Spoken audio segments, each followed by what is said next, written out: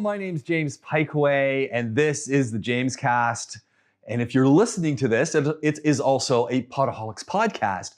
If you're watching it, it's a Podaholiks video of me, James, doing the JamesCast. So I've got my notes, and I've got some equipment here. What are we going to talk about today? The Huawei Matebook 13.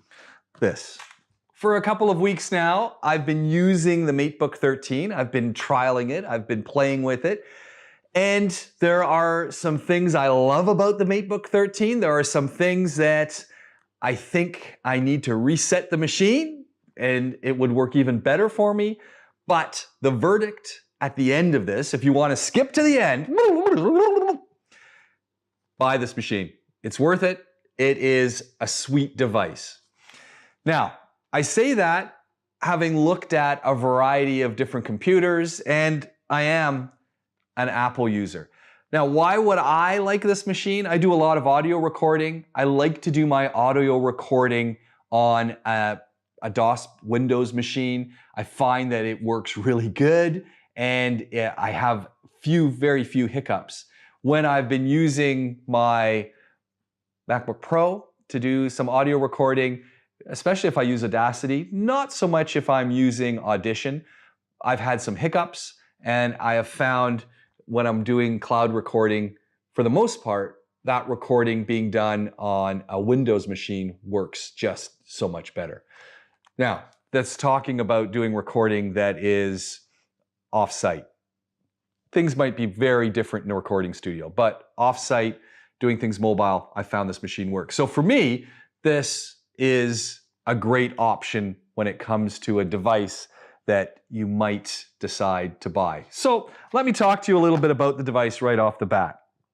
And the aluminum case, the fact that it is a nice solid piece, much like the Huawei phones that I've asked people to play with. And when they've done that, the first thing that they've said is, wow, that phone is solid. It's got some weight to it. This computer is heavy. It is nice and thin, easy on the eyes with the profile, and it is a very neat machine. The cover has the Huawei emblem raised, embossed on it. It's nice. So just from the outset, the computer looks great. What I really liked about it was when you look at the device, it comes with a nice fast supercharger. It's a USB-C charge. That seems to be the way everything's going. As Richard Kaywood, my colleague, has said, and if you haven't heard of Richard Kaywood, go and listen to my P30 Pro review. Richard talks about the cameras. But it's a nice USB-C device hooked in. What comes with the machine is a nice USB-C dongle. On one side, you've got a USB port.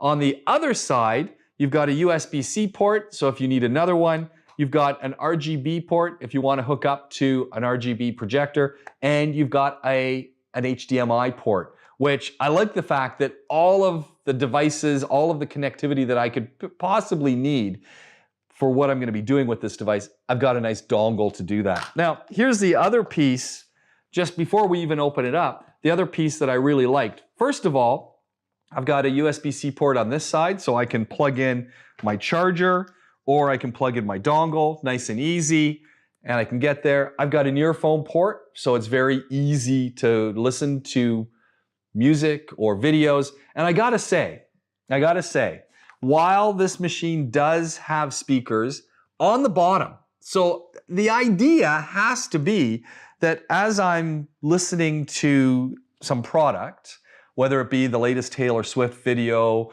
the latest Q video, while I'm listening to it, if I'm listening to it on a desk or on a hard surface, the sound is going to emanate off of and really reverberate off of that surface. If you're listening off your lap, if you're listening off a pillow because you want to sit it on a pillow, that could be very problematic with the sound.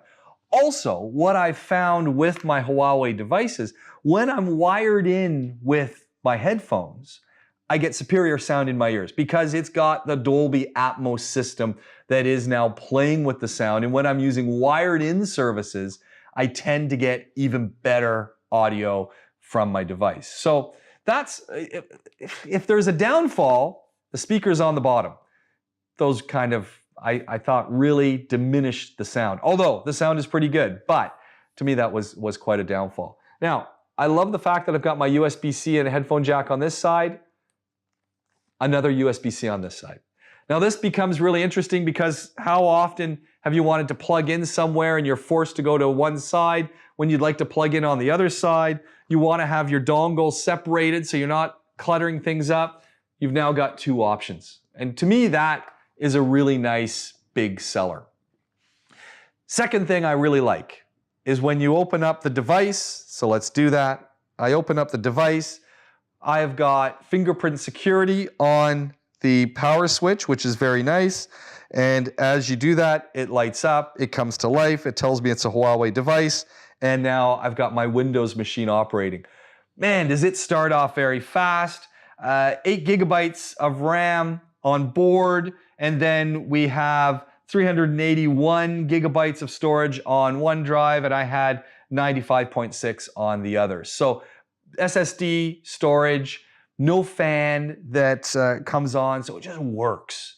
Very nice, very slender, just really, truly a nice compact machine that starts fast, had a lot of space, and if you're working with a hard drive, you can plug that in through your USB-C ports. And if you're using USB, of course, you've got that option as well on the other side of the dongle. So that made it very easy. I love the fact that for the most part, this is a very clean and easily designed device. When I say easily designed, easy on the eyes. It's very clean. There's not a lot of clutter. I don't have a lot going on with toolbars. The power button is right up here on the top. It's beveled. It's got a fingerprint sensor on it. It really just works. A nice big trackpad that is mechanical as well, so you can click on it or you can tap on it. And what I really loved about the trackpad was, unlike my MacBook, and there is a problem with my MacBook trackpad, and the problem is sometimes you'll be typing away and you hit the trackpad and it moves everything to another area of, here, let me just close that screen for you, but it moves my cursor, and so I'll be typing and then I've lost my text. This trackpad didn't seem to do that. So I was very happy with working with this trackpad and its mechanical nature. The keypad, the keyboard, works very well as well. Nice functional keys. They've got a lot of give. I didn't find that they played too much as I was typing. They're big enough for my fingers, not too condensed. So I was really happy with the keyboard and happy with the feel, happy with the trackpad, and that side worked well for me. I don't usually use a mouse, so I can't talk about the mouse side of things. But the feature that I really loved on this machine, the feature that really said to me, okay, I'll buy this. And it's the same issue that I have with my Asus Sonic Master, is touchscreen. So not only do I have the benefit of using the trackpad, not only could I plug in a mouse, but you can go touchscreen. So for me, that becomes a big issue, so that I can hit on my browser, and let me just, sometimes you gotta remember how you do all that stuff, double tapping, but I can just hit on things that I want to see, and it goes. I can scroll up my pages as I want to do them. If I want to hit into different things, hold on a second, let's turn off the sound. If I want to hit on to different stories, different pieces, all I've got to do is tap on the screen. Now, I get it. Some people are not big fans of touchscreen. I am. And part of it is, think of your phone, think of your tablet, think of all the devices you're using. What are you using? Touchscreen. I like the idea of being able to go between the trackpad and that touchscreen. Now, I had a problem. So the problem was, and I don't know if it's the laptop or if it's apps on the laptop. So the problem that I had was, depending on which browser I was using, the way my cursor functioned changed. So what am I saying? I'll get right down to it. If I was using Google Chrome and I was searching for something and I would then, get my cursor and I would start going around. When my Google Chrome was open and I was getting my cursor, that little arrow that comes up and shows you where you're going, as soon as it would come onto the screen in my Google Chrome, I couldn't see it anymore. And I looked everywhere to find out, where do I reverse color? Where do I change color? Maybe I needed to reinstall the software on the machine. I'll be honest, when I got this machine for demonstration, everything was on it. I didn't reboot it. I didn't clean it. I didn't restart it. I just kept going with what it was. So it was populated as it was. I loaded in Google Chrome, but that's all I did. I didn't reset the machine. So when I was trying to search for things with Google, didn't work so well with the mouse or the trackpad in this case. Did work well if I did it with my finger, but that was a little bit annoying and I couldn't figure that out. What was the fix for that? Use Bing. Go on the Explorer route. As soon as I was using the Windows features and the Windows tool, given this is a Windows 10 machine, as soon as I was using those tools, there wasn't an issue. So possibly that could be one of the things that is a problem with what we're looking at, or an issue that we need to consider, that it is not working so well with some of the other services out there. It worked well with other apps, just didn't want to work so well with Google. So I'm not quite sure what's going on there. Touchscreen, check, liked it. Windows 10 works for me. I know you either love Windows 10 or loathe Windows 10.